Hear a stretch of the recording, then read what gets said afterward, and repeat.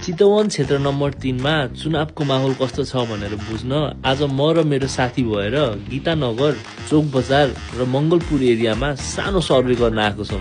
र ओभरअल सर्वेमा सबैभन्दा best answer चाहिँ मलाई सबैभन्दा लास्टमा भन्नुभएको मान्छेको लागेको छ। सो स्किप नगरिकन लास्टसम्म हेर्नु होला।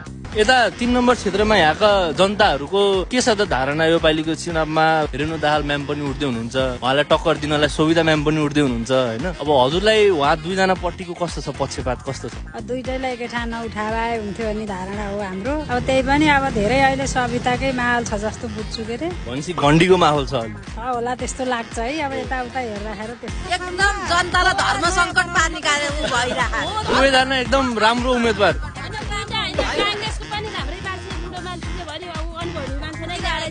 तीनजनाको भरै छैन, परे लान्छ भन्ने नै छैन।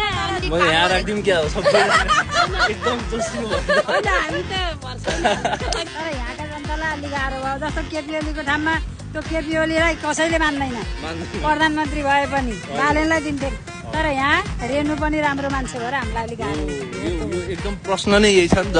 के छ त यता चोक बजारतिरको माहौल, मान्छेहरूको धारणा? मान्छेहरूको कोही अब कांग्रेसलाई दिने भनेका छन्, कोही राष्ट्रपाललाई दिने भनेका छन्। हजुर, कांग्रेसको माहौल अलि बढी तातो छ कि क्या हो यतातिर, यो गीतानगर चोक बजारको एरियातिर?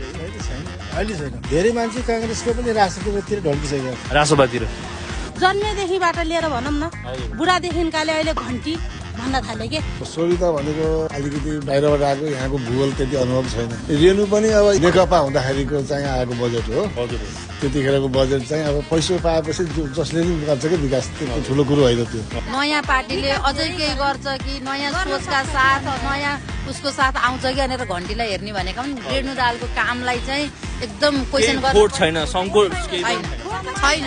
अब गरे पनि अहिले पार्टीगत हिसाबमा देश चाहिँ घन्टीमय बनिदियो के, एउटा लहरै आइदियो।